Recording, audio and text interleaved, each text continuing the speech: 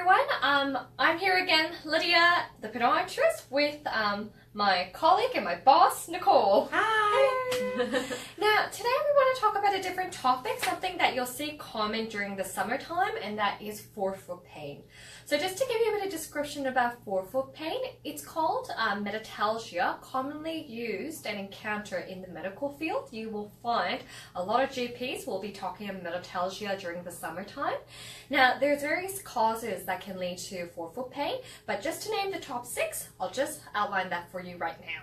So first of all, capsulitis, also known as synovitis, it is a joint destruction of the forefoot that leads to fluid leakage, leads to swelling, as well as inflammation. It is commonly seen amongst those who do have arthritis, and the longer you've had the capsulitis, the more likely you'll develop the arthritis in the joint, but as well as in severe cases, displacement or dislocation of the joint. 2, intermetatarsal bursitis. Bursitis is an inflammation of the fluid sac that lies in between the intermetatarsal region. So the bursa plays a very important role, which is this little sac in between these two bones to prevent friction, allow shock absorption, and finally reduce any trauma that can lie in between these structures. For example, you have nerves and tendon that lies in between, so it's quite important that the fluid sac is there to protect those intrinsic structures. Another thing that you'll see is Morton's neuroma. Now, neuroma is an enlarged nerve that's caused by irritation. And once again, in between those metatarsal shaft, you'll find that there's a nerve that lies in between these two bones. With irritation, it can enlarge and therefore it can become inflamed. So common symptoms you'll experience is like sharp shooting pain, particularly to the toes. And also you may notice is that it gets fairly tight, especially by the end of the day. So it's quite important is that we get this addressed as quick as possible, because the later you leave it, the harder it does get to treat. 4th is a stress fracture. Now, stress fracture are common in the thinnest link of the bone. So in this case, it would be the metatarsal shafts again, and this is the weakest link of the bone. So with excessive load to the forefoot, it can cause the bone integrity itself to break, and therefore it can cause fragmentation or potential can progress into a complete fracture. So common symptoms that you'll see with a fracture is a lot of swelling, focal pain specific to that area, and finally a lot of redness. Now, our 5th is a plantar plate tear. Now, not many people know what a plantar plate tear is, but a plantar plate is a ligament that holds the metatarsals to the phalanx, which is the toes. Now, depending on your activities, the kind of shoes you're wearing, this can undergo significant stress, especially if you hyperextend the toes. So when I say hyperextended, the toes goes towards the leg. If there's too much of that hyperextension, it can cause a potential micro tear and even a complete rupture. So once again, very common amongst those who wear poor footwear like high heels. Second, it can be activity related, and finally, it can even be a part of a complication from a bunion. So if you do have a bunion, just watch out for that. Finally, the other last thing that we commonly see is tendon and muscular injuries and sprains during times where we don't tend to like to wear our shoes, or maybe the shoes that we're wearing isn't appropriate. What happens is that all the muscle structure, which is greater than a handful, these muscle groups end up working very hard to the point where it causes a substantial amount of tissue stress. As a result, you get inflammation by the end of the day, and that would explain the general aches and pains that you experience even at the beginning of the day and the end of the day.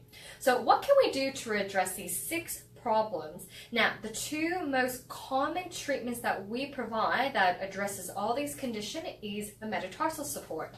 So metatarsal support are specific paddings that is added to your forefoot. So it lies underneath this hollow spot, which is called the transverse arch, to stop it from collapsing and maintain this beautiful integrity of the arch. Now, the metatarsal support, it comes in various shapes and sizes. So various shapes and size and density. So depending on what your symptoms are, we will choose different types of padding to cater for that. And finally, depending on how severe your symptoms are, we can even dispense a custom orthotic that's not only designed just to support your forefoot, but your midfoot and your rear foot.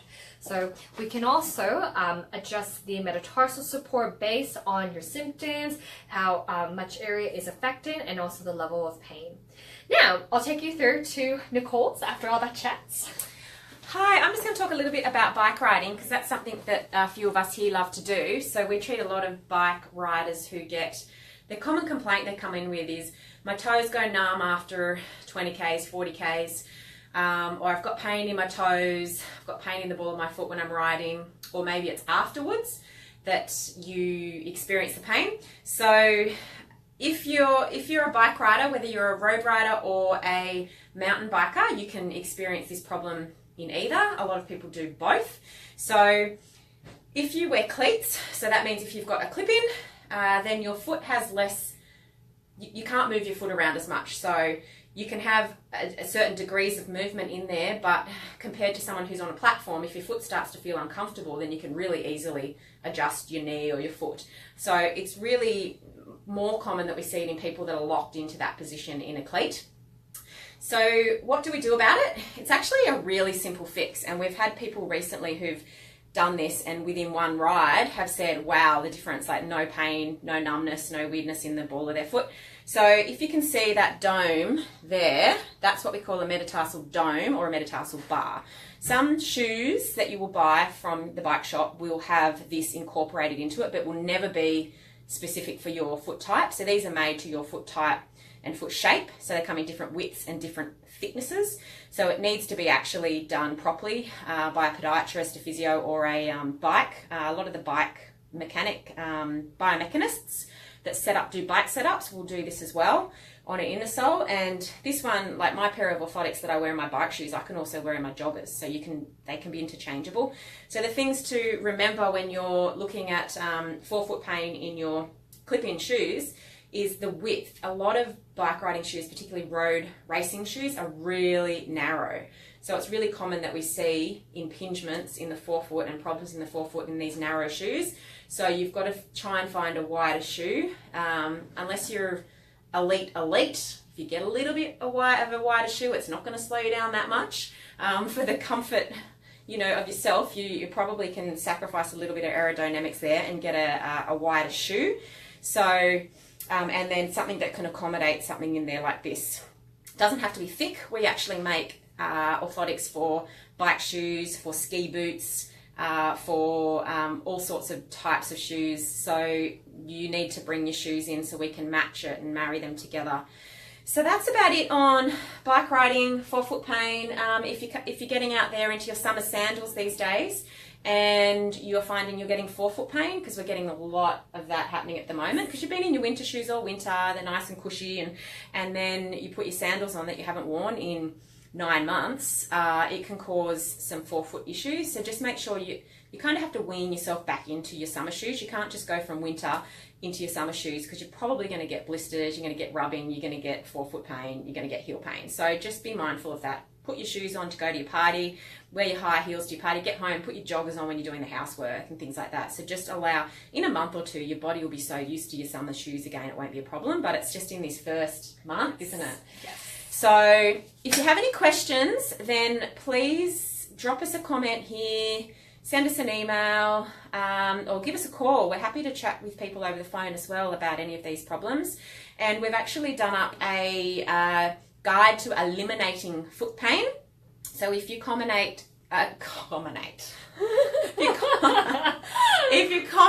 guide in this video down below, we'll get you out your guide to eliminating foot pain. And it's basically breaking it down in step by step what you need to do, because it's completely treatable. So it's not something that you have to put up with, and you shouldn't have to put up with it. Let's just get it fixed for you and be done with it. So I think that's everything. Yes, that's everything. Yeah, so don't forget to comment guide down below and we will get it out to you ASAP.